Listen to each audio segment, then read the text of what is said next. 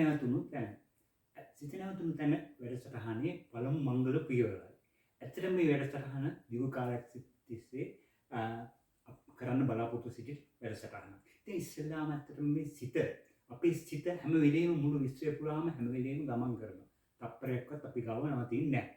ඉතින් මේ ගමන් කරන සිත සමහර තැන්වල නතර වෙනවා. ඒ නතර වෙන්නේ කොයි වගේ තැන්වලද? සිතට ඕන තැන. සිත ආසයි ලස්සන තැන්වලට. සිත ආසයි ප්‍රිය තැන්වලට. ඉතින් ඒක නිසා සිත නතර වෙලා තියෙන තැනක් ගැන තමයි මම මේ අද කතා කරන්නේ. මගේ සිත නතර වුණාම හැමතැනම ගමන් කරපු සිත එක තැනක. ඒ තමයි වැදගත්ම තැන, ලස්සනම තැන. ඇත්තටම ඒ සිත නතර වුණු අය අද මේ වැඩසටහනට සම්බන්ධ කරගන්නවා මම.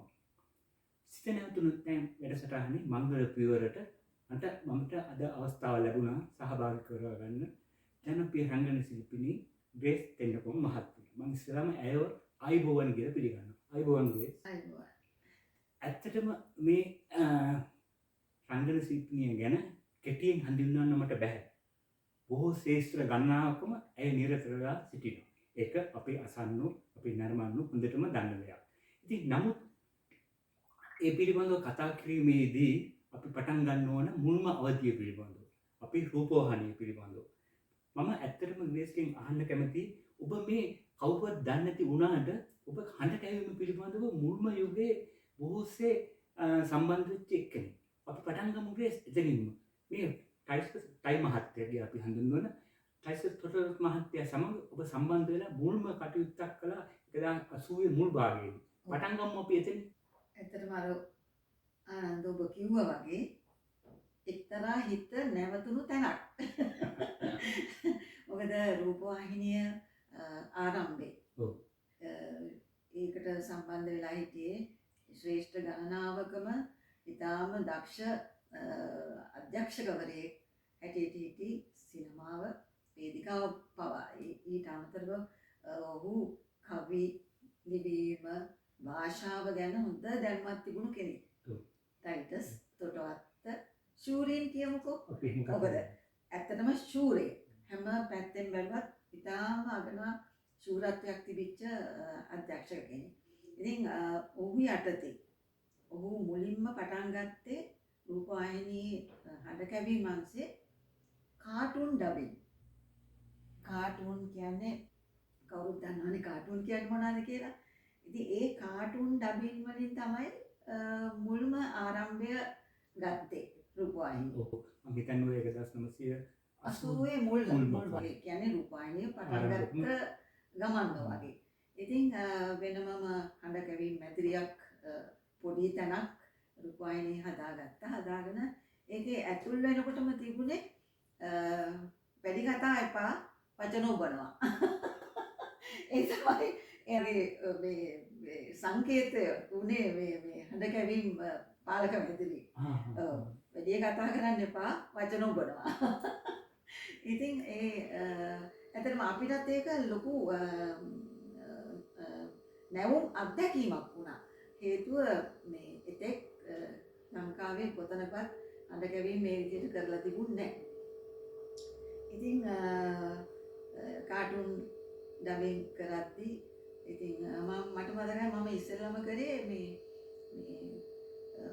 බල්ලෙක්ව හැන්ඩල් කරන මේ කියන්නේ පාලනය කරගෙන ඉන්න වයසක නෝනා කෙනෙක්. වයසක නෝනා කෙනෙක් කිව්වම ඒ වෙනකොට ඔබ තරුණ. ඉතින් හරි ආසාවෙන් කරා අපි ඒක. මොකද අපි කාටුන් වලට ආස අයනේ. ඉතින් ඒක ආසාවෙන් කරා. එහෙම දිගටම ගියා. ඊට පස්සේ ඔය විශ්ව සාහිත්‍යයේ මේ ටෙලි නාට්‍ය ගත්තොත් හයිඩි ඒ වගේ එක. එතකොට යවෙස්ලු මිනිහා ඒ කියන්නේ වෙස්මුණක් යකඩෙන් දාපු ඒ කතාව. ඒ වගේ විශ්ව සාහිත්‍යයේ මේ ඇත්තටම නවකතා ඒවා මේ ටෙලි නාට්‍ය කරලා තිබුණා. සමහර ඒවා ෆිල්ම්ස්. ඉතින් ඒවලත් එන චරිත අනුව ඒවට හඬ ගැව්වා. ඒ පසු කාලීනව තමයි ඔෂින් ආවේ. ඔෂින් ඉස්සෙල්ලාම රූපවාහිනිය පෙන්වුවේ ඉංග්‍රීසි භාෂාවෙන්. ඉතින් මම ඒකට රංගන ශිල්පිනියක් හැටියට අනිතික රූපවාහිනිය ආපු අලුතනේ. ඉතින් හරි ආසාවෙන් ඔෂීන් බලද්දි මට නිකමට හිතුණා අනේ මේ වගේ චරිතයක් මට රඟපාන්න තිබුණා නම් කියලා.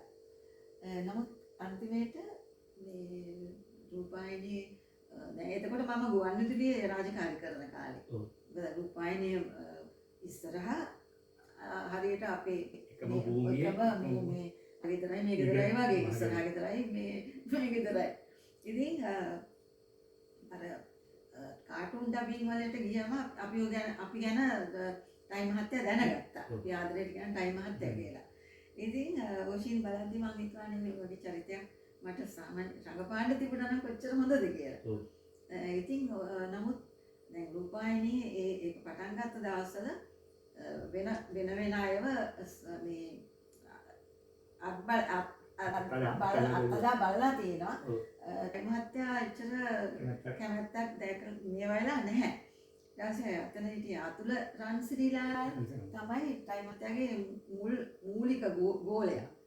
ඉතින් එයාගේ දෙන අපි රේසක් ආව මේකට මේ බලමු කියලා. ඒක නම් මට කෝල් එකක් දුන්නා මේ රේසකේ ඔයාලට පුළුවන් ද ටක් ගාලා මෙහෙට ඇවිල්ලා යන්න කියලා.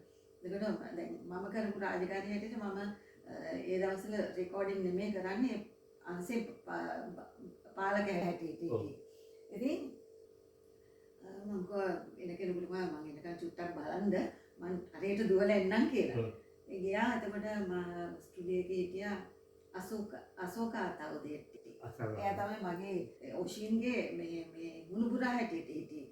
ඉතින් එයා හිටියා මේ ටයිම් මහත්තයා උඹ ආවද? එමයි කතා කරන්නේ. අනාරක ගිහිල්ලා කරපන් කිව්වා. පස්සේ අර එහා පැත්තේ කියන්නේ මේ පැත්තේ පාලක මැදිරිය අනිත් පැත්තේ මයික් සරම තියෙන මේ ඊට ඉස්සරහ තිරේ. ලොකු තිරයක් තියෙනවා. දැන් තිරේට දාලා පිටපත තියෙනවා. පිටපතයි මයික් එකේ තේජස් කරනවා. එජස් කරලා මේ කරපන් කිව්වා. මුල්ම සීන් එක කරේ මුණුබුරත් එක්ක නාන සීන් එකක් තියෙනවා. ඔෂීන්. ඉතින් මේ පිටපත බැලුවා අරක කට යන ඒ යන විදිය බැලුවා. එක සැරයක් බැලුවා. හරි කිව්වා. මේ අපි අමාරු දාන්න නැතුව ඇවිල්ලා කරපන් කිව්වා මේක. يعني කොටිම ඔබ ඔෂීන් උනා. ඔෂීන් උනායි. ඊට පස්සේ ගුවන්විදුලියේ දැන් ඔෂීන් යන කාලේ ඒක හරි ප්‍රසිද්ධ වුණා. දැන් කටහඬින් දැන් ගුවන්විදුලි නාට්‍ය කරනවා නේද දවස්වල. ඉතින් අර කටහඬින් සමහරවිට කෝල්ස් එහෙම එනකොට ආන්සර් කරනකොට මේ ආවලා නේද කියලා අහනවා. සමහර ඉස්කෝලේ ළමයි මාව පෙන්නන අරහන ඔෂීන් යනවා කියලා. ළමයි අතර පවා ඔෂීන් සමහර චිත්‍ර පවා අඳලා තිබුණා මම හිතන්නේ ඔබේ මම විඩක් රූපවාහිනියේ ඇනිවර්සරි එකට කියන්නේ සමස්තරයට මේ ඔෂීන් විදිහටම ඇඳලා ඒ අතුල රන්සිකාල හරි දක්ෂයි. ඒ සීන් එකක් දාලා අපි ඒ සීන් එක රඟපෑවා. කෙලින්ම සීන් වලට පතුන ජීවමාන සීන්. ඇත්තටම මම හුඟක් ඇහුවා ඔය ඔෂීන් වගේමයි කියලා. මොකද හරිම රසවත් ඇත්තටම අඬ කැවීමට ගිහිලා ජීවමාන සීන් වලට පත් වුණා. ඉතින් ඔතනදී මම අතුරු ප්‍රශ්නයක් අහන්න ගියේ මොකද මේ උගදෙනෙක් කියන මේ ටයිම් මහත්තයත් එක්ක වැඩ කරන ටිකක් අසීරු කටයුත්තක් කියලා. කොහොමද ඔබ ඒකට මුණ දුන්නේ? නෑ. ඒ හරිම සුන්දර මිනිස්සෙක්. ඔව්. ඒ අපි කියන්නේ කෙනාට ගති ලක්ෂණ එක විදිහට තියෙනවා. අපිට ඒවා වෙනස් කරන්න බෑ. නමුත් ඒ ගති ලක්ෂණ කියන්නේ එයාට ආවේනිකව වුණු ඒ හැසිරීම රටාව දැන් මේ වෙලාවට සමහරවිට තිත්ත කතාත් කියනවා. කියලා බනිනවා එහෙම හරියට කරන්නේ නැත්නම් බනිනවා. නමුත් ඊට පස්සේ මේ මනුස්සයට ඒක අමතකයි. මට ඒ හොඳ අවස්ථාවක් ආවා. මම රංකහවණු කරානේ ටයිම් මහත්තයත් එක්ක. ඒ කරද්දී මමයි කමල් අද්දරආරච්චි රංගපානකොට අනිත් පැත්තේ හිටිය සිනමාවට සම්බන්ධ රුබී දිවෙල්, සවිතා පෙරේරා ඒ වගේ අය. සනත් ගුණතිලක ඒ කාණ්ඩේ. රෙක්ස් කුඩිප්පිලි. ඒගොල්ලෝ එළියට වෙලා හොඳට hina වෙවි කතා කරනවා. හැබැයි රංගපාන ගියාම ඒගොල්ලෝ සිනමාවට පොදු ලක්ෂණ ඒගොල්ලෝ ළඟ තියෙන්නේ. මොකද ඒගොල්ලෝ ඩබින් වලට පුරුදු වෙලා තියෙන්නේ. ඒ කියන්නේ ටෙලිවිෂන් කියන්නේ එක සජීවීව එවෙලෙම කටහඬ ගන්නවානේ. ඉතින් කාර්යගොල්ලෝ හරියට කෙරෙන්නේ නැහැ ඒගොල්ලන්. ඉතින් ටයිම් හත ටිකක් ඒගොල්ලොත් එක්ක මේ විරසක වෙලා හිටියේ. ඒක තමයි මම හිතන්නේ. ඔව් දැන් කමලුයි මමයි රඟපානකොට අරගොල්ලෝ කතා කරනවා. නැවතුවා. නවත්තලා එළියට ගිහිල්ලා උඹලා ඔතන කතා කර කර ඉන්නේ උඹලගේ ආපු වැඩේ හරියට කරපළා. ඇවිල්ලා මේ දෙන්න කරන එක බලාපල්ලා කිව්වා. ඒක තමයි මම හිතන්නේ. භාවයේ තියෙන ටයිම් හත සැර පරසක නමුත් නෑ, හරියට නෑ. වැඩි හරිය කරන සුන්දර සුන්දර මිනිස්සෙක්. හරිම සුන්දර හොඳයි කියලා මිනිස්සෙක්. මම හිතන්නේ අපි ගොඩක් අතීතයේ සුන්දර කාලේ ටයිම් හතත් එක්ක වැඩ කරපු කාලේ අපි සම්පූර්ණ දැන් මම කැමති වෙනස් පැත්තකටම යන්න. මොකද අපේ ජීවිතවල අපි අහලා තියෙන සුන්දරම කාලේ පාසල් කාලය කියලා. ඔබගේ පාසල් කාලේට ගියොත් මම හිතන්නේ ඒකත් ඔබටත් සුන්දර කාලයක් වේ යුතුයි. මම අහලා තියෙන විදිහට ඔබ පාසලේදී බොහොම දඟකාරී කියලා. මම එහෙම කිව්වොත් එතනින් පටන් ගමු. ඇත්තටම යාළුවෝ හිටියේ යාළුවොත් එක්ක කලබල ඇති කරගත්තා. ඒව විදුහල් බුද්ධිතිනිය දක්වා ගිහින් තියෙන මොකක්ද ඒ කතාව ඇත්තටම? අපි දැන් ආසයි දැනගන්න. මේ කතාව කියන්නේ ඉතින් මම පොඩි අපි මුල්ම කාලේ ඉතින් අර යාළුවා විතරක් බට්ට පනිනවනේ. ඔව් ඒ දවස් බොහොම ජනප්‍රිය ක්‍රීඩාවක් නේ. බට්ට පනිනකොට ඉතින් සම්බු වෙනවා. ඔව්. එයාට අර ලිලියන් කියලා පොඩි එක්කෙනෙක් ඉරියා අපිට වැඩි දුන් උරු මුහුටි පොඩි. ආ ඉතින් කොහොමද සම්බු වෙලා යාව බිම දාගෙන මම පපුවට නැක්කා. උඩ පැනලා ඒ ළමයාට ටිකක් හුස්ම ගන්න බැරුව වගේ. අන්තිමට ප්‍රින්සිපල්ලාට ගිහිල්ලා ඉතින් ඒක මේ සමතේකට පත් කරගත්තා. තව කරා මම මේ අපේ අක්කත් හිටියේ අන්තිම කාලේ අක්කයි මමයි දෙන්නම එක පන්තියේ. අපේ අක්කටත් පුදුම දෙහංගලයක් තිබුණේ. එයා මේ දැන් ටීචර් කෙනෙක් නැති වෙලාවට ඩෙස්ක් එකට ගහලා සින්දු කියනවා. ඒකට අනිත් අය ජොයින් වෙනවා. කියන්නේ සම්බන්ධ වෙනවා. ඔව්. එතකොට මේ ඕක අනිත් පන්තියේ ඉන්න අය ගිහිල්ලා කියලා. මොකද අපේ ගුරුතුමිය රත්නවීර කියලා අහලා ඇති දේශපාලඥයෙක් හිටියා. එයාගේ බිරිඳ. එයා තමයි අපේ ක්ලාස් ටීචර් උනේ. ඉතින් මේ එයාට ඔය ආරංචි ගිහිල්ලා ආවා. ඇවිල්ලා එතකොට මම ස්කූල් කැප්ටන්. ඉතින් එයා කුමාරයෙක් ටීචර් කිව්වා මට අඬගහලා කවුද පටන් ගත්තේ මේක? මට අක්කව පාවලා දෙන්නත් බෑ ළමයි පාවලා දෙන්නත් බෑ. මම නිශ්ශබ්දව හිටියා. කතා කරන්න බෑනේ ඔයගලන්ට. නගිනු පුටු උඩ නගිනවා කිව්වා කොහොමද? යාදී කෙල්ලෝ. පුටු උඩ නැගලා අපි හිටවලා තිබ්බා. මට හොඳටම බැන්නා මේ මුළු ඉස්කෝලේටම ඉන්න හෙඩ් ගර්ල් මේම හැසිරෙනවා කියලා. ඉතින් ඒක එකක්. තව එකක් තියෙනවා නිවාඩු දවස් තියෙනවානේ. ඔව්. අපි ගොරල්ලට කිට්ටුවේ අපේ ඉස්කෝලේ. මොකක්ද ඇත්තට ඉස්කෝලේ? සාන්ත පවුල්ගේ බාලිකා විද්‍යාලය. ඔව්. ඒක ඉංග්‍රීසි පාසලක් පසුව ඒක දැන් රත්නාවලිද කොහෙද වෙනස් කරලා තියෙනවා. එකක් අපිට මේ බම්බල්පිටියේ තිබුණේ සෙන්ට් පෝල්ස්. ඒකත් එක්ක සම්බන්ධකමක් තිබුණා මේ අපේ ඉස්කෝලේ පාසල. ඉතින් එදාට අපි සත 2 සත 5 ඒ විදිහට එකතු කරලා දැන් කඩචෝරු කන කාලේනේ මේ දැන් එළියට යන්න බෑ. යාන ඉස්කෝලයක් නේ. අපේ මේ වැඩ බලන්න මේ කියන්නේ අතු ගාන කරන දෙමළ මිනිස්සෙක් හිටියා. අපි යාට කිව්වා මෙහෙමයි අපිට සල්ලි එකතු කරලා තියෙනවා. ඔයාට ගිහිල්ලා වඩේ අරන් එන්න කියලා. ගොරල්ලේ තිබුණ හොඳ තෝසේ කඩ. අරන් එන්න කියලා. එයා බෑනේ මට දැන් මේ වැඩ ගොඩක් තියෙනවා දැන් යන්න බෑ. අන්තිමට මම මොකද කරේ? කතා වෙලා ප්‍රින්සිපල්ලාට ගියා ළමෙක්ට සනීප නැහැ කියලා. හරිද? අපේ රෙඩ් ක්‍රොස් පෙට්ටියේ බේත් ඉවර වෙනවා. මම මේ සනීප නැහැ ඔලුකක්ම කියන හොඳටම අඬනවා. මේ මොකද කරන්න කියලා. අපි ගිහිල්ලා මේ පැරඩෝල් හරි මොන හරි අරන් එන්නද කියලා. ඒක කවුරුද යන්නේ කියලා. මේ නම් මම අර මිනිස්සයා වෙනම මතක නෑ මට. එයා විවන්නකම මම කිව්වා නෑ මේ අපිට 3-4 දිනක් එක්කම ඉක්මනට ගිහිල්ලා එන්නම් කියලා. අන්තිමට ගෙනා පැරඩෝල් නෙමෙයි. වඩේ තෝසේ නෙමෙයි අර ලොකු උළුදු වඩේ කඩල වඩේ. මේ දෙක අරන් ඇවිල්ලා අර විදියටම ඩෙස්ක් වලට ගගා සින්දු කිව්වා මොකද අන්තිම දවස් නෙමෙයි එච්චර වැඩක් තිබුණේ නැහැ. ඒ වගේ දේවල් කරා ඉතින් ඉස්කෝලේ කැප්ටන් නායිකාව කරපු වැඩ හරිම අපූර්වයි සුන්දරයි. ඇත්තටම මේ අතීතය හරිම සුන්දරයි. මම හිතන්නේ ඔබ ආව නියම තැනට මට අවශ්‍ය තැනට මොකද ටෙස්ට් එකකට ගගා සින්දු කිව්වා. දැන් මමත් අහලා තියෙනවා මම පන්තියේදී සින්දු කිව්වා වාගේම බොහොම ගීත ගායනයට දක්ෂයි කියලා. දැන් මම කාරණක ඉල්ලන ගීතයකින් කොටසක් ඔබේ ප්‍රියතම ගායිකාව අහලා දෙන විදිහට නම් රුක්මනී දේවි කමක් නැහැ ගීතයකින් කොටසක් අපි මේ වෙලාවේ ගායනා කරන්න පුළුවන්ද? මේකයි මම රුක්මනී දේවිගේ සින්දුවක් කිව්වොත් ඇයට අගෞරවයක් වෙයිද දන්නේ කමක් නැහැ අපි හිතමු කෙටියෙන් ගායනා කරන්න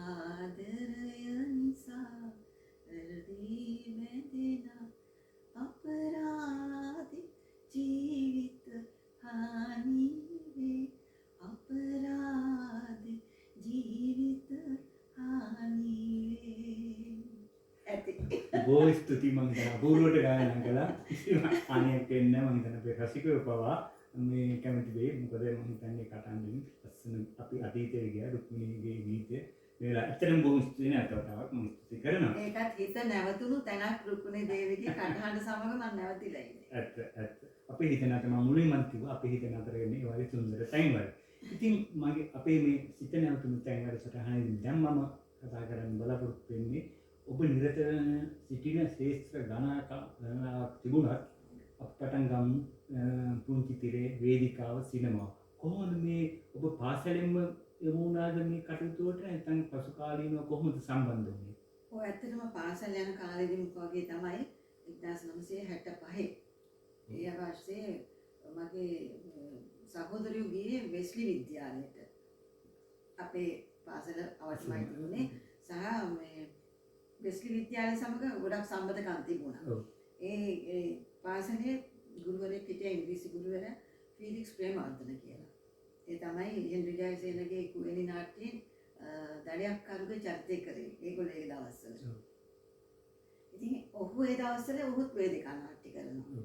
ඉතින් අම්මාගෙන් අහලා තිබුණා මේ නාට්‍යයක් කරනවා මේ උදව්වට මේ කවුරු හරි ඕනේ කියලා. ඒ ගමන අම්මත් කියනවා මගේ දුවත් මේවට කැමතියි මේ කියලා ඒ අඳුනුකම උඩ මම එයාගේ නාට්‍යයක දේවවර්ම කියන නාට්‍ය හඬ මතක් කරන්නයක් හැටියට හිටියා. කියන්නේ ප්‍රොම්ප්ටර් කියන චරිතය කෙරුවා. චරිතයක් නෙමෙයි එකක් චරිතයක් තමයි. නමුත් තිරෙන් පිටුපස. ඉතින් ඒකෙන් පස්සේ තමයි මේ දවස්වල හෙන්රි ජයසේන මනරංජන වැඩවර්ධන කියන නාට්‍ය පටන් ගන්න තියෙන්නේ. ඊට පස්සේ ඒකට චරිතයකට මේ කෙනෙක් ඕනගෙන තිබුණා. පස්සේ ෆීලික්ස් ප්‍රේමවර්ධන කියලා තියෙනවා මට මේ උදව්වට ඉන්න ගෑනු ළමෙක් මේ කැමති මං දෙමව්පියන්ගෙන් අහලා කැමති දෙන්නම් කියලා. ඉතින් අපේ අම්මයි තාත්තත් බොහොම කලාවට ලැබි දෙන්නේ. ඉතින් ඒ දෙන්නාගෙන් අවසරය අරගෙන මගේ මුල්ම වේදිකා රංගනය කියන්නේ ප්‍රසිද්ධ වේදිකා රංගනය වුණු මනරංජන වැඩවර්ධන වලට හෙන්රි ජයසේන සමග සම්බන්ධ වෙන්න ලැබුණා. සතිස් චන්ද්‍ර ඉදිරිසිංහගේ බිරිඳ හැටියට. කියන්නේ වැඩට යන ලිපිකරුවාගේ බිරිඳ හැටියට ඒ චරිතය නිරූපණය කරා. ඉතින් අර මේ වගේ ප්‍රවීණයන් එක්ක තමයි මගේ ආරම්භය. ඊට පස්සේ දිගින් දිගටම සම්බන්ධ වුණාද වේදිකා නාට්‍ය? ඔව් ඊට පස්සේ හෙන්රි ජයසේන මහත්මයාගේම හස්මාලිකා කියන නාට්‍ය 1966. ඒක රාජ්‍ය නාට්‍ය උළෙලේ ඉදිරිපත් වුණා. දෙවෙනි නාට්‍ය හැටියට මට ඒ වර්ෂයේ කුසලතා සම්මානයක් ලැබුණා. දෙවෙනි රංගනයේම ඔව් කුසලතා සම්මානයක් ලැබුණා. ඊට පස්සේ හුණුවටේ කතාව හිටියා චරිත කීපයක්ම කරා හුණුවටේ කතාවේ මේ එතනත් ලස්සන කතාවක් තියෙනවා. මම හිටියේ සාමාන්‍ය ඔය මාලිගාවේ සේවිකාවන්ට ඒ විදිහ කියන්නේ මේ සංඝෝජවනිකා හුඟක් කරේ. ඊට පස්සේ එක දවසක් ගුරුෂා දරුවා දාලා යන වයසක යුවලක් ඉන්නේ. ඒකේ දෙනවක ඇන්ටි තමයි කරන්න හිටියේ ඒ චරිතේ. රියසල් වලට එක දවසක් දෙනවක ඇන්ටිට එන්න බැරි වුණා. පස්සේ කවුරු හරි කරන්න කියලා කිව්වා. කවුරුත් ඉදිරිපත් වුණේ නැහැ. මම කරා. ඊට පස්සේ හෙන්රි කමේ දින ගැන්ටි ටිකක් බිසි ඒ දවස්වල චිත්‍රපටිවලනේ. මේ ඕක දිගටම කරගෙන යන්න කිව්වා. ඉතින් මම අර ධර්මදාස ගුරුප්පු තමයි හිටියේ වයසක මිනිස්සෙක්. ඉතින් ඒ වයස අනුව දැන් මාලිගාව සේවකයන්ට සේවිකාවන්ට ගිහිල්ලා ඇඳුම් මාරු කරනවා. කැල්ලකට ගහගෙන මමම ඇඳුම මැහුවා. අර ඉරිච්ච කසිබල් ගෙදර තිබිච්ච බ්ලැන්කට් එකක්ද කොහෙද මේ පුරවගෙන ගියා. ගිහිල්ලා මේ දැන් මේකක් දදා ඉන්න මේ හොඳට දාන්න විදියක් නැහැ. අර පේන ටිකට පවුඩර් දානවා. සුදු වෙන්න. ඊට පස්සේ සේවිකාවන්ට යනකොට ඒක ගසලා දාලා ආයෙත් ගවුම් ඇඳ ගන්නවා. ඉතින් අනිත් එක ඒ නාට්‍ය තමයි මම හිතන්නේ ඒ කාලේ ආපු වැඩිම සමූහයක් හිටපු නාට්‍ය. 40 ගානක් හිටියා. නළුනියෝ වේදිකා පරිපාලනයේ ඒ ඔක්කොමත් එක්ක සංගීතයේ ශර්කන් ප්‍රේමරත්නගේ. ඒකට නමුත් කාලයත් දිගයි. අනිත් නාට්‍ය වලට වැඩි කාලයක් දිගයි. නමුත් අපිට කවදාවත් කාලය යනවා දැනුන්නේ නැහැ. එච්චරට ඒ නාට්‍ය සමග රසවින්දනය ලැබමින්ම මතකයේ තියෙන අපේ පාසල් කාලේ ඇත්තටම ඒ නිකලසෙන්ගේ නාට්‍ය කොයිතරම් දුරට ඒක අපි රසවින්දනද කියලා.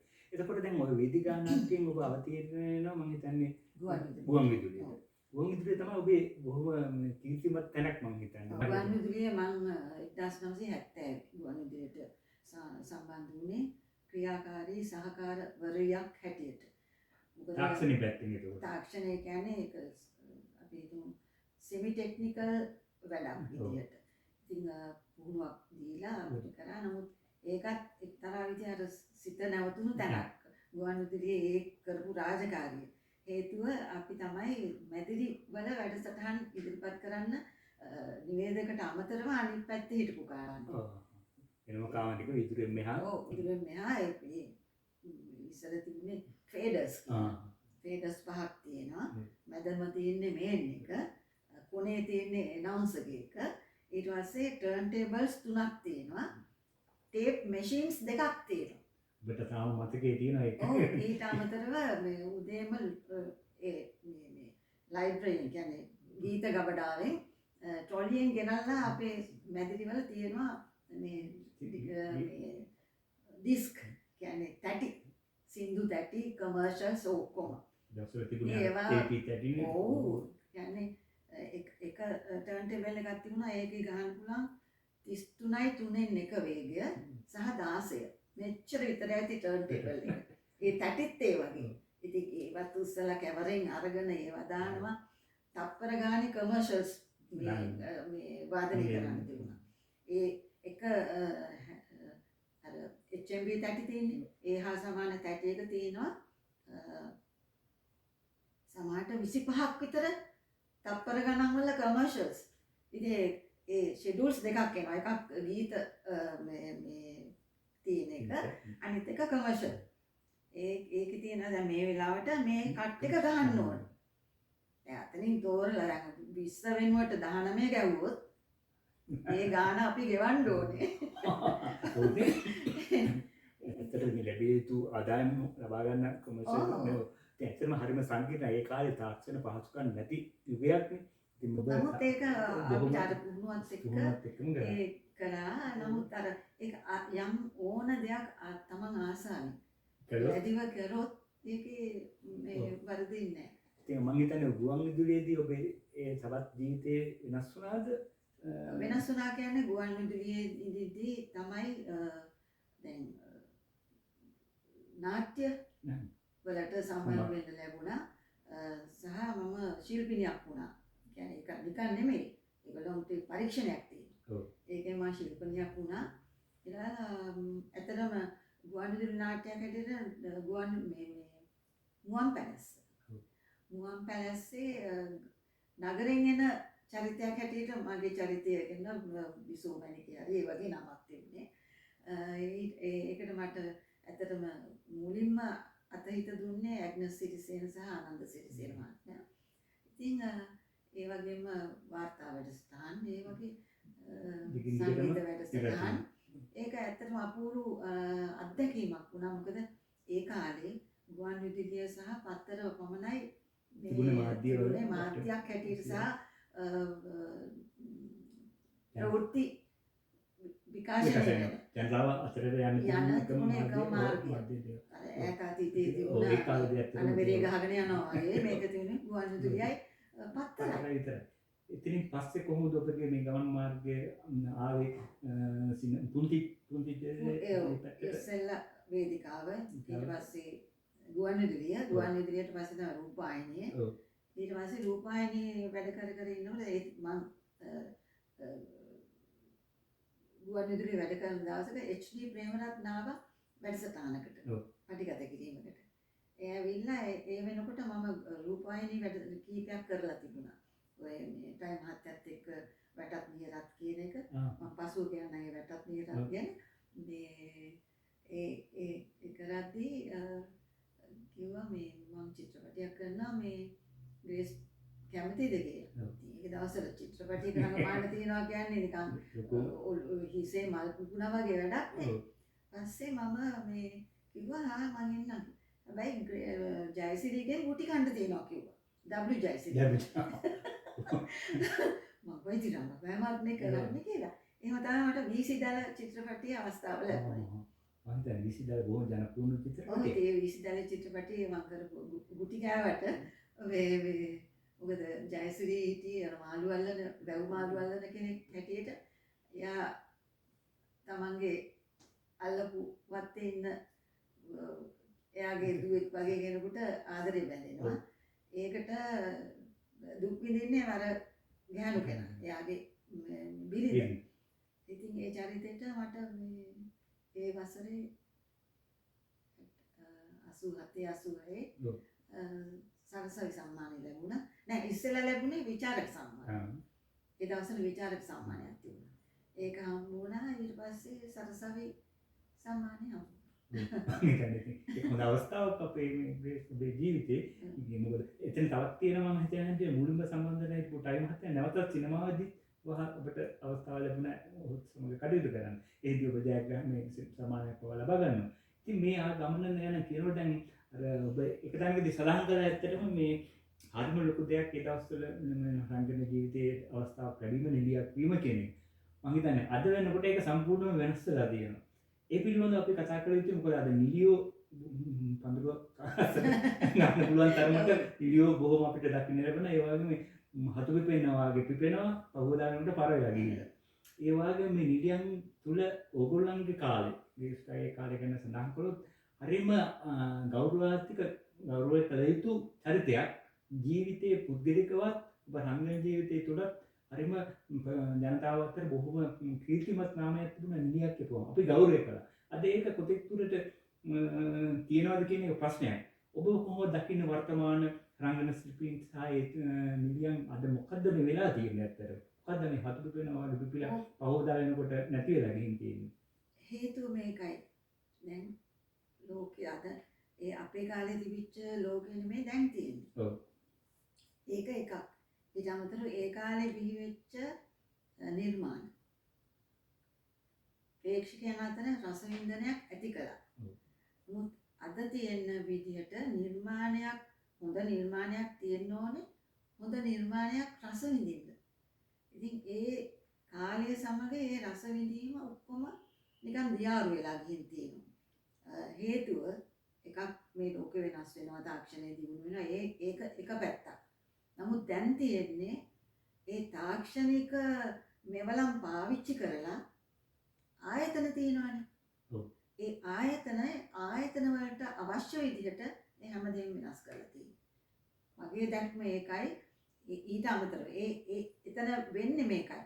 ආයතනයට ඕන කරන ඩිරෙක්ටර්, ආයතනයට ඕන කරන කතාව, ආයතනයට ඕන කරන නළු නිළියෝ ඒගොල්ලෝ තමයි තෝරන්නේ.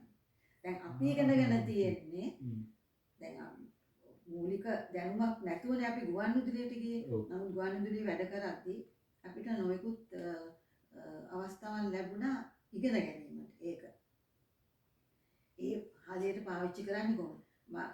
මම එක සැරයක් ජර්මන් ජාතික එක්කෙනෙක් අපිට යම් කිසි මේ එකකට ආවා. ඔව් එයා කිව්වේ තමන්ගේ ප්‍රශ්න තියෙනවා. මොනවා හරි තියෙනවා නම් මැදිරිය ඇතුළට යනකොට ඒ සේරම එළිය තියලා යන්න. ඒ බෑග් එකේ ඔක්කොම දාලා යන්න. ඇතුළට හිස් හොයන්න. එළියට ඇවිල්ලා අර කරන්නේ ආයි යන්න කියලා. ඉතින් ඒ වගේ ඉගෙනීමක් දැන් ඉන්න නළු නිලියන්ට මම දන්නේ තියෙනවද කියලා. හැබැයි මෙහෙම එකක් තියෙනවා. දැන් මේ තියෙන කම්පියුටර් යුගයනේ. එතකොට කම්පියුටර් යුගයේ Tamanට තනියම ඉගෙන ගන්න දේවල් ඕන තරම් තියෙනවා. Tamanට ඕන අපි අපේ කාලේ අපිට චිත්‍රපටයක් බලන්න හෝල් එකටම යන්න ඕනේ. ඒකත් දෙමව්පියෝ එක්කම යන්න ඕනේ. අපිට තනියම ගිහින් බලන්න බෑ. දැන් එහෙම නෙමෙයි. ඕනෑම දෙයක් තෝරලා බේරලා ගන්න පුළුවන්. අපිට ඒ වයින් ඉගෙන ගන්න පුළුවන්. දැන් අපි සුගතපාල සිල්වා, එතකොට හෙන්රි ජයසේන, ඒ වගේ ඒ ගාන්නේ ඒ දයානන්ද ගුණවර්ධන, එතකොට සුමන ආලෝක බණ්ඩාර, ගල හිටියා. ඒ අපේ කම්පියුටර් උනේ ඒගොල්ලෝ. ඒගොල්ලන්ගේ තමයි අපි අත්දැකීම් ගත්තේ. දැන් ඉන්න ඒ වෙනස දැන් අද කාලේ වෙලා තියෙන්නේ දැන් හුඟක් අය එන්නේ ඒ විදිහේ ලියන පිටපතකටනේ. ඔව්. අපි ෂූටින් ගිහිල්ලා එතන ඉන්නකොට තමයි පිටපත් එන්නේ. එතකොට ඉස්සරේම නෙමෙයි අපිට අතට පිටපත එනවා. කරන් ඉස්සෙල්ලා අපේ චරිතය ගැන අපිට හදාගන්න අවබෝධයක් ඇතුව යනවා. අතනදී ගියාම එක සීන් එකක් ලියලා යවනවා කම්පියුටර් එකට ඒක ගිහලා print කරගෙන එනවා. ඉතින් අපි චරිතයක් ගොඩනගා ගන්න කොහොමද? දැන් අපේ අත්දැකීම උඩ අපි යම් කිසි විදියක ගොඩේමක ඉන්නවා. ඔයගොල්ලන්ට අත්දැකීම් තිබුණ නිසා. නමුත් දැන් අද කාලේ අය මේක නිකන් අර සෝප්ම තමයි සෝප් ඔපරා කියන එක දිය වෙලාම යනවා දැන්. කියන්නේ ගේ සුබ සඳහන් කරන්නේ මේ තරගයක්. එහෙම නැත්නම් මුදල් පසුපස හඹා යෑම. වාණිජකරණය වෙලා වැඩි. මේ ශේෂ්ත්‍රයටත් තදින්ම බලපාලා තියෙනවා. ඉතින් ඒකට අහුවෙලා තමයි මේ මම හිතන්නේ වර්තමාන කන්දේ. හැබැයි මෙහෙම එකක් තියෙනවා. මේ ඔය වාණිජ රැල්ලත් එක්ක ගියත් සමහර හොඳ නිර්මාණත් ඉඳ හිට එනවා. ඔව් ඒකත් මම හිතන්නේ අගය කළේ ඒක එනවා. ඒ වගේම දැන් ඉන්න අලුත් පරම්පරාවේ දක්ෂකම් තියෙන හුඟක් දරුවෝ ඉන්නවා. අතරින් පතර හෝ අපිට එවැනි දේවල් දකින්න ලැබෙන අතරම කොහොමද ඔයගොල්ලෝ ගොඩනගපු ඒ යුගය අපි තාමත් රස විඳිනවා අගය කරනවා. ඉතින් ඇත්තටම මෙහිදී ඔබගේ ජීවිතය ගැන අපි විවිධ මාතෘකා යටතේ කතා කළා. මුත් මම හිතන්නේ හිත නැවතුණු තැන් වාගේ හිත නැවතුණු තැනක් තමයි මම හිතන්නේ මේ අපේ ආදරණීය කලාකරු දයා මතක් කරන අපි ගෞරවයෙන් දැනෙන්න ඕන. ඔබතුමිය වචනයක් දෙකක් මම දන්නා ඒක ටිකක් අසීරු කටයුත්තක් වේවි. අපි මේ නාලේදී මතක් නොකර බෑ. මොකද මගේ සිනමාවේ වේදිකාවේදී මම බොහොම අගය කරපු රංගන ශිල්පියෙක් තමයි දයා. මට අවස්ථාව ලැබිලා තියෙනවා එතුමත් සමග කතා බහ කරන්න. ඉතින් දයා ගැන අපි කෙටියෙන් ප්‍රධාන කළොත් ඔබගේ ජීවිතයේ කැඩැල්ල ගැන සුන්දර කැඩැල්ල ගැන.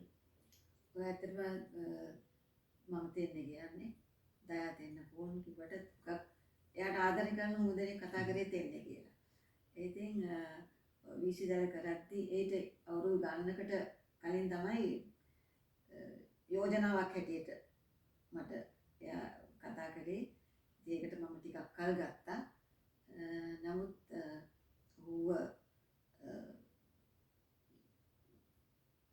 කසාද බැඳලා පස්සේ තමයි මොන වගේ පුද්ගලයෙක්ද කියලා මම හොඳටම දැනගත්තේ. ඊටාම සුන්දර මිනිහෙක්. ඒ වගේම හිත හොඳ, ඊටාම ආදරබර සැමියෙක්. ඉතින් දැන් අපේ කැදැල්ලට අවුරුදු 28ක් පිරුණා. ඔහු නැති වෙනකොට අවුරුදු 28ක් අපි දෙන්න එක්ක අහුවෙලා.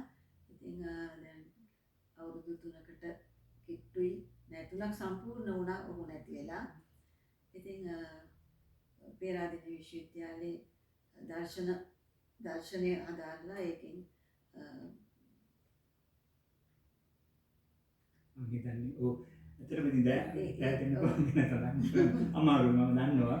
ඉතින් එතුමා ගැන අපි කවුරුත් හොඳින් අවබෝධ වෙලා හිටියා. කොයිතරම් දක්ෂද කොයිතරම් නිරූපණය ධර්මරාජ විද්‍යාලය තමයි ඔහු අධ්‍යාපනය ලැබලා තියෙන මුලින්. ඊට පස්සේ පේරාදෙණිය විශ්වවිද්‍යාලයේ ඒතරත් රස කතාවක් තියෙනවා. උපාධි ප්‍රදානෝත්සවයට ගිහිලා නැහැ. ඔහුට අර උපාධියක් තිබිලා ඔහු ගිහිලා නැහැ. අර උඩ තට්ටුවකට වෙලා යන ඒගොල්ලන්ට හූ කියලා තියෙනවා. බොහොම මේ සුන්දරව ජීවිතය දිහා බලපු වැඩි ආටෝප නැති ඊටම සුන්දර කෙනෙක්. ඒ වගේම දැන් අදටත් ධම්මජාගොඩ නිෂ්පාදනය කරපු ධර්මසේන පතිරාජ ලියපු කොරා සහ අන්ධයා කියන චරිත දෙක පල්කුමාර්තු කොස්තයි දෙන්න කොයික අදටත් කතා කරන නාට්‍යයක් වෙලා තියෙනවා වේදිකාවේ. ඇත්තටම මම දැතනගේ අර මේ සුන්දරත්වය මතක් කරනවා මට මතක් වෙනවා මතක හැටියට අහස් ගව්වේ ටින්ටින් අන්න හරි. අහස් ගව්වේ මම හැදුන්නේ මට මතකයි ටැන්ට් විජය කුමාර තුංගයන් අමසිර කලන්තූරි වැනි අය සමග ඒ සුන්දර අවස්ථාවන් කොච්චර මතකයට එනවා. කොහොම වුණත් ඇත්තටම මේ අපි එතුමාට ගෞරවය කළා අපි එතුමාට නිවන් සුව ප්‍රාර්ථනා කරනවා.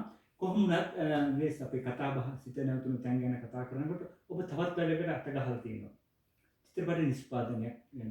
ඇත්තටම අපි මේකේ කෙටියෙන් සඳහන් කළොත් මොකද්ද මේ කරන්න යන්නේ කොහොමද දැන් ඒකේ තත්ත්වය නිෂ්පාදනය අවසන් වෙලා කියලා මට දැන් ගන්න ලැබිලා තියෙන්නේ. ඔය කෙටියෙන් කතා කරමු ඔබගේ ඒ නව නිෂ්පාදනය පිළිබඳව. ඔව් ඇත්තටම මම 66 මගේ කලා ජීවිතය පටන් ගත්තේ. ඒ පටන් අරගෙන දැන් අදට අවුරුදු 56ක් 7ක් විතර වෙනවා. ඉතින් ඒ නමුත් ඇත්තටම එතනදී දෙන්නව මතක් කරන්න ඕනේ හේතුව මාව උද්‍යෝග කරේ මම වැටෙන තැන්වලදී ওই චිත්‍රපටය සම්බන්ධව එයා තමයි. ඉතින් ඕක මම ගුවන්විදුලි වැඩ කරනකොට මගේ හිතේ ඇතිවෙච්ච කම්පනයක් නිසා ඇතිවෙච්ච බීජයක්. ඒක මම මොකද අපේ රටේ සිදුවෙච්ච එක්තරා විදිය ඉතාම දුක්ඛදායී කාලයක වෙච්ච සිදුවීමක් මම පත්තරේ දැකලා ඒකෙන් නිර්මාණය මගේ හිත කැළඹුණා. මවක් පිළිබඳව.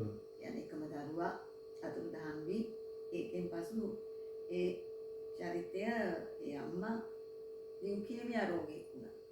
මොකද මගේ චිත්‍රපටි කතාවේ තියෙන්නේ ඒ කම්පණයෙන් ඒ මවගේ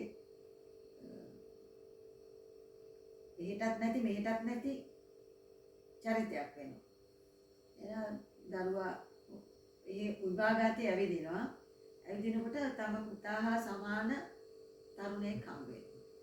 ඊට පස්සේ ඔහු පසුපස ගිහිල්ලා ඒ දෙන්න අතර ඇති වෙන මව් දරු සෙනෙහස තමයි මගේ කතාව.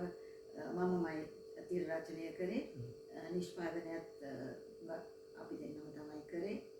ඉතින් 2015 තමයි චිත්‍රපටයේ රූගත කිරීම ඉවර වුණේ. මම මවගේ චරිතය ජගත් චමිල පුතා සහ තරුණයාගේ ද්විත්‍ය චරිතයක් කරනවා. ඉතින් කාලයක් තිස්සේ ඉතින් අපි මේ වාණිජ්‍ය අතින් මේ ඉතා ලොකු තැන්වල ඉන්න කාණ්ඩේ නෙමෙයිනේ සහ වෙලෙන්දුත් නෙමෙයිනේ. ඉතින් ඔය අතේ තියෙන සල්ලි ප්‍රමාණය අනුව ඒ චිත්‍රපටිය වැඩි නිම කරා. නමුත් චිත්‍රපටිය නිම කරේ මම තනියම. හේතුව එන්නේ නැති වෙච්ච නිසා. ඒ කොහොම හරි කරලා දැන් චිත්‍රපටි සම්පූර්ණයි. චිත්‍රපටි සංස්ථාවෙන් ඒ ලබා ගන්න ඕන ඒ හැම දෙයක්ම ලබා ගන්නත් තියෙනවා. කියන්නේ අනුමත කිරීම. දැන් චිත්‍රපටිය සම්පූර්ණයෙන් ඉවරයි. දැන් තියෙන්නේ මිනිසුන් කියන්නේ ප්‍රේක්ෂකයන් අතරට ගෙන යන්න තමයි. ඉතින් මේ දවස්වල ඒ ගැන ටිකක් උනන්දු වෙනවා. ඉතින් මම හිතනවා මට ඒක කරන්න පුළුවන් වෙයි කියලා. ඒ අදිෂ්ඨානය මට තියෙනවා. ඒකත් මගේ හිත නැවතුම් තැන. එහෙමනම් අපි සුබපතන ඇත්තටම ඉක්මනින්ම අපිට ඒ චිත්‍රපටය දැක බලා ගැනීමට රස විඳීමට අවස්ථාව ලැබෙයි කියලා පූර්ණ සහයෝගයේ පූර්ණ සුබපැතුම් සමග අපේ සියලුම දෙනාම මම හිතන්නේ ඔබගේ චිත්‍රපටය දැක බලා ගන්න ආශාවෙන් සිටිනවා. ඉතින් ඇත්තටම කාල වේලාව අනුව බොහෝ දේවල් සමග කතා බහ කිරීමද තිබුණත් නැවතීමේ තිතක් සිත නැවතුණු තැනට තියන්න සිද්ධ වෙනවා. ඊළඟට මම ස්තුති කරන්න වෙනවා සතුටු වෙනවා පුද්ගලික මම වාසනාවන්ත වුණා. සිත නැවතුණු තැන වැඩසටහනේ මංගල විවරට ඔබවැනි කලාකාරණියක් සම්බන්ධ කරන්න ලැබීම ගැන.